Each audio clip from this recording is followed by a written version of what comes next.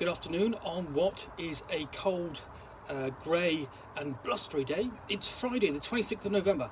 I'm back in the Nook with a nice hot cup of tea and a bundle of parcels to unbox. First thing I'm going to unbox is this Jaws board game, a game of strategy and suspense, published by Ravensburger, who are well known for publishing board games and jigsaws. Big German board game publisher. So this is a board game for 2 to 4 players, aged 12 and up. Lasts 60 minutes. Experience Jaws as a suspenseful tabletop strategy game. One player manages the island of Amity as a 3-ton great white shark, while the other players go on the hunt as Brody, Hooper and Quint. 2 thrilling phases of gameplay capture the edge of your seat excitement of the classic film. So, as Quint would say, if you want to stay alive, then ante up. Act 1, Amity Island. The shark prowls the waters around the island, attacking swimmers and avoiding capture. Meanwhile, the other players try to pinpoint the shark's location while also saving tourists. What we are dealing with is a perfect engine and an eating machine, and it's really a miracle evolution. Hooper, of course. And in Act 2, experience this climatic battle aboard the slowly sinking Orca. Brody, Hooper and Quint are well armed, but they don't know where the great white will strike next. You're going to need a bigger boat, Chief Brody. And there's also a link on the back to a game overview. So basically, what you've got in the back here is a fantastic, basically, explanation of how the game is played. Pick this up off the shelf of your local gaming shop. In fact, don't need to actually pick this up on the shelves of your local gaming shop, because you can buy this basically anywhere that sells toys, because it's commonly available. I can buy this in my branch of Waterstones, my local bookshop. They've got a board game section, and board games like this mark something interesting. Okay. Essentially, Jaws is 45 years old as a movie, and almost 50 years old, and everyone knows the plot. But if you think back to when it came out, 1975, and you think the games of the period, well, for the most part, they were rubbish.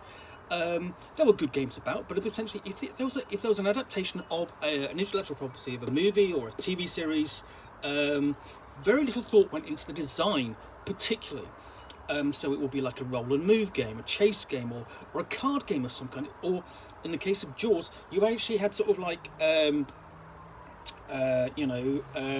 essentially you were plucking things out of the jaw. You had like a big plastic shark, and you were plucking things out of its mouth, hoping the jaws wouldn't snap shut, and you'd lose the game. Not a proper game, really, just a test of dexterity. And so the games of the period didn't really evoke what you saw on screen, whereas today they do. And this is a perfect example of essentially modern board game designers going back to a property that is decades old and making not only a good game of it, but making a good game, the good game that it deserves.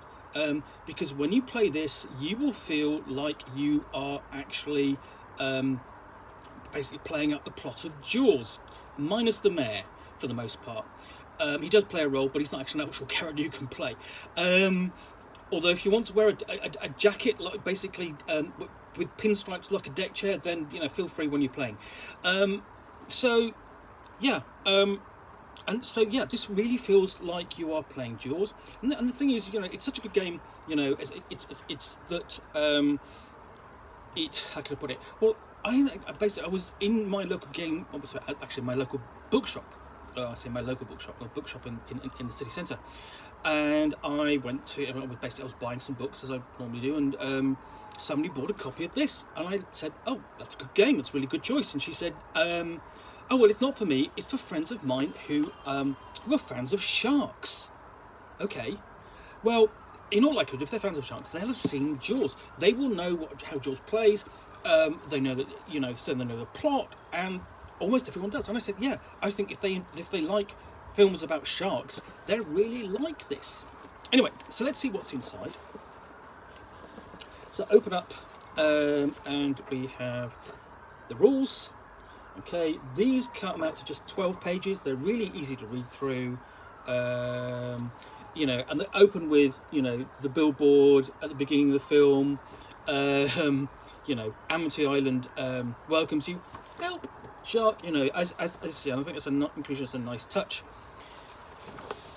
Takes you around through the first act, and then, you know, explaining sort of like the different phases of the game: shark phase, crew phase, and so on. And then we go on to Act 2, Orca, where essentially the players build a boat, but basically lay out their boat, the Orca, and try and survive.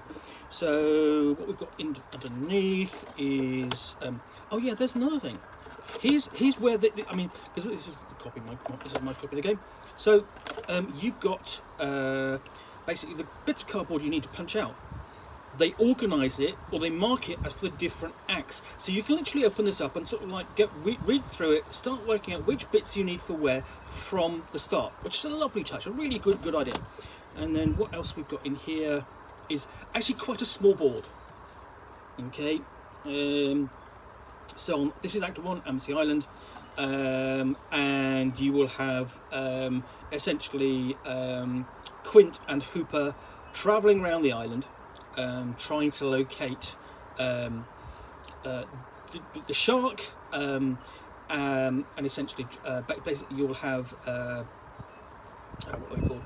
Swimmers, tourists, you know, going out into the water at the encouragement of the mayor, and you've got to guide them back into back ashore, and meanwhile Brody is going back and forth, getting pieces, you know, basically sensors and buoys which you can take out and drop and try and tag the shark.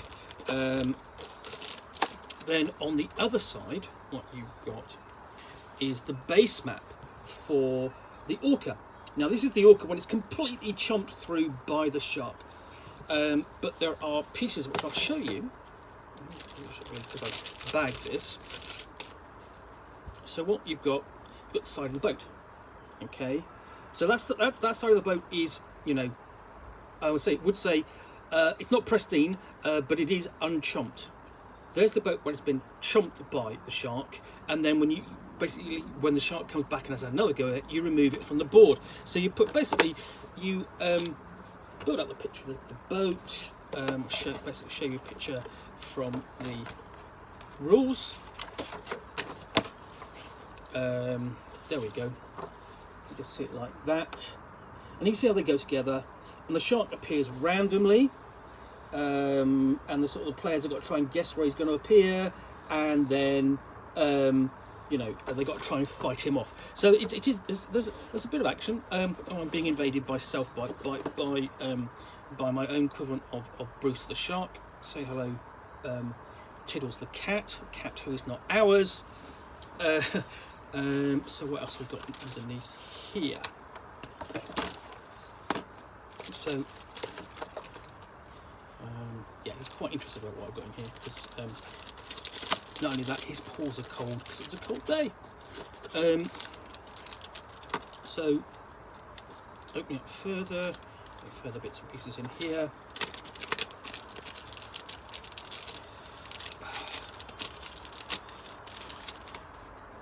So we have a little pad, okay, which the basically in Act 1 you've got a little shark. The shark player is doing hidden movement around the island, taking tourists.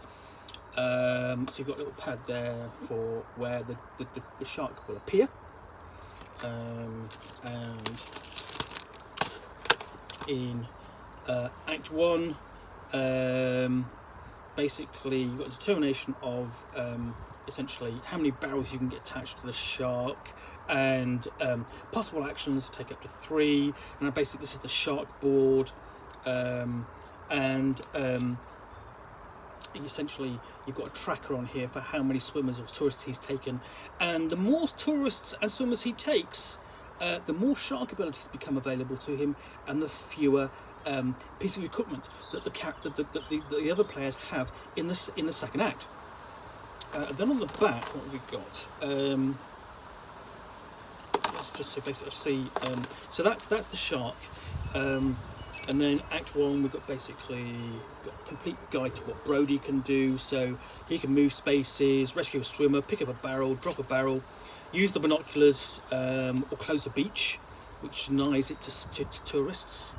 And then, so look, Quint, basically, he's out at sea, he can pick up any old barrels and then launch a barrel as well.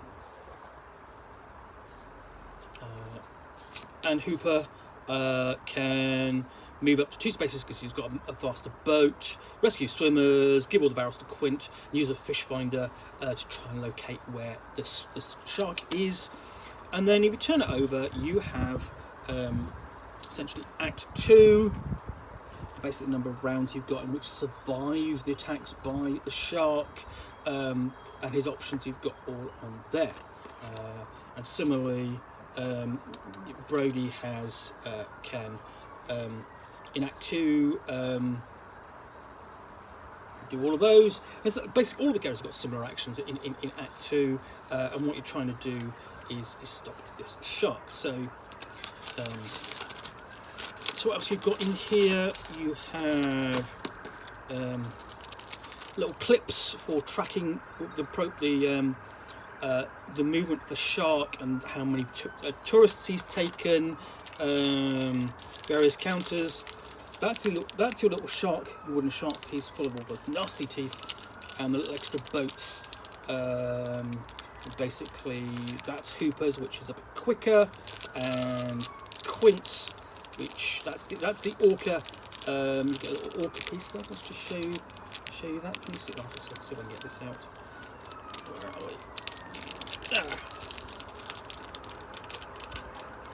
So there we go, that's the Orca piece for Act 1, and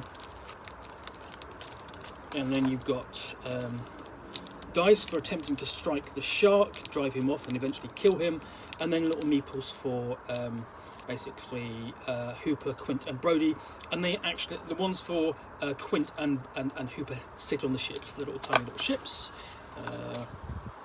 And then essentially tokens for moving the shark around, cards for determining where he attacks that round, and equipment that the crew aboard the Orca can use. Yeah, baseball is not necessarily your best friend for that, but it will do in a pinch, and all the other various tokens. So, which all comes in a very nice little box. Just like that. I managed to do that without tipping anything out. It's a first. So that's Jaws, the board game. If you've not come across this, if you've not seen this, as I say, it's easy to find a copy of this. I don't think you'll be disappointed if you do, especially if you're a fan of the Jaws game. And it's, given that it's, basically, if you have no problems with, the plot of Jaws, then on the whole, it's sort of like a, okay, it's for ages 12 and up, so it's sort of like, I would say it's mature, family friendly. If you're under 10 or anything, yeah, I wouldn't necessarily want to play this with your kids are under 10 or anything like that. But for a family, otherwise, yeah, I think this is a really accessible board game, really easy to play and understand, and to bring to the table. Play lasts an hour. You don't even have to play. Basically, you don't even have to play both halves. And basically play one half. And put it away and then come back to it a bit later if you wanted to. So yeah, accessible by people who don't normally play board games. Not just primarily because of the theme, but also because it's a fairly easy game to understand. More experienced board gamers will enjoy this too. I think it's a cooperative game, and they'll recognise the mechanics as much as they will enjoy the theme. Okay, there's a bit of, I would say there's a little bit of Pandemic in there, but that's no bad thing. Pandemic is a classic cooperative board game, one of the first big cooperative board games. So, and of course, if you really get a kick out of playing, the shark and going around and chomping people, go for it. That's part of the plot, and that's how you win. ultimately the players win by having a boat that's still floating, and the orca that's still floating, and defeating the shark. The shark wins by defeating them. So if you enjoy that sort of thing, hidden movement, going in and chomping away, go for it. Yeah. So that's Jaws the board game. Thoroughly recommend this. Came out a couple of years ago. You'll still be able to get it at your local friendly gaming store, or indeed on your high street, as it were. In the meantime, thank you very much for watching another unboxing in the Nook. If you've enjoyed this, please do click the like button down below. And of course, if you've got any comments or feedback, I appreciate you posting those, and I do respond. And lastly, if you want to be alerted to yet more unboxings here in the Nook, where you will see me with some parcels and a game or book or something which I will unbox and chat about to the best of my ability, all of course accompanied by a nice hot cup of tea and sometimes a cat who is not ours. Please hit that subscribe button. Again, thanks for watching, and I'll be back again soon with another unboxing in the Nook. Bye for now.